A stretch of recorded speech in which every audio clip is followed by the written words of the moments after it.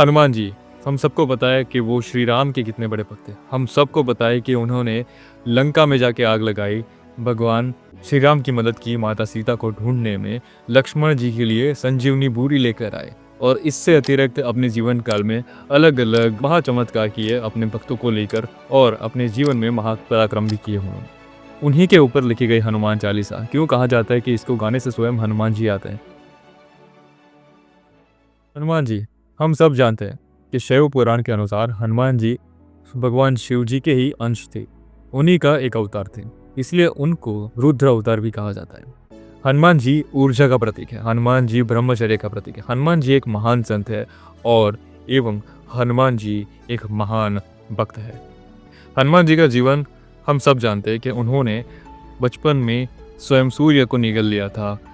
इंद्रदेव ने उन पर वज्रास्त्र का प्रयोग किया था। उन्होंने एक ऋषि का अपमान किया था जिसकी वजह से वो अपनी शक्तियाँ भूल गए थे। हनुमान जी ने अपने जीवन में इतना पराक्रम किया है कि हम उनसे बहुत कुछ चीज़ें सीख सकते हैं। हनुमान जी जितने बड़े भक्त श्री राम जी के हैं, उतने ही बड़े भक्त तुलसीदास जी श्री राम जी के हैं।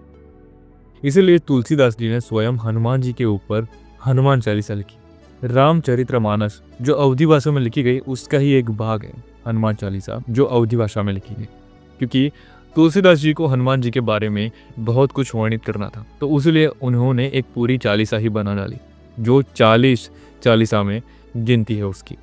हनुमान जी की पूरी जीवनी आ जाती है, हनुमान जी के बारे में पूरा चरित्र आ जाता है। हनुमान जी कैसे है, कैसी भक्ति उनकी, क्या करते हैं, क्या बल है उनमें, वो सब हनुमान चालीसा में वर्णित है और हम उसको पढ़ के ये समझ भी सकते हैं। तुलसीदास जी, जिनका जन्म 16वीं सदी में वाराणसी में हुआ था, माना जाता है कि उस काल में उन्हें लोग श्री वाल्मीकि जी का अवतार मानते थे, पुनर्जन्म मानते थे, क्योंकि उन्होंने अपने जीवन काल में रामचरितमानस का संस्कृत का जो वर्जन था उसका हिंदी यानी कि अवधी वर्जन निकाला। हिंदी की जो मातृभाषा होती है वो अवधी होती है। मान लीजिए कि संस्कृत पे से हिंदी निकल के आई है, नहीं, संस्कृत पर से अवधी भी निकल कर आई है। तो तुलसीदास जी अपने जीवन काल में श्री राम जी का बहुत ज़्यादा प्रचार करते थे।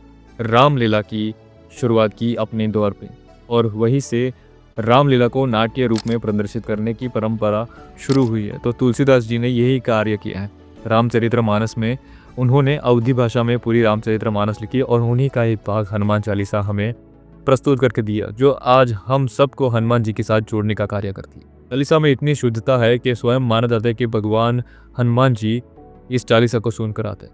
इस चालीसा को सुनकर हम अपने बल को बढ़ा सकते हैं, अपने मन को मजबूत कर सकते हैं और अपने डर को दूर कर सकते हैं। हम नहीं कहते कि हम जिसके आजू बाजू रहेंगे, जिस एनवायरनमेंट में रहेंगे, उन जैसे ही बन जाएंगे। तो ऐसा ही है कुछ कि हनुमान चालीसा का हमें पाठ करने के लिए क्यों कहा जाता है, क्योंकि ये हनुमान चालीसा हनुमान जी की जीवनी है। तो इसीलिए हम हनुमान जी के बारे में रोज़ पढ़ेंगे तो उन्हीं के जैसे होने का प्रयास कर पाएंगे या फिर उनकी कुछ बातें हम में आ जाएगी और हम उन्हीं के जैसा अपने आप को इमेजिन करने लगेंगे।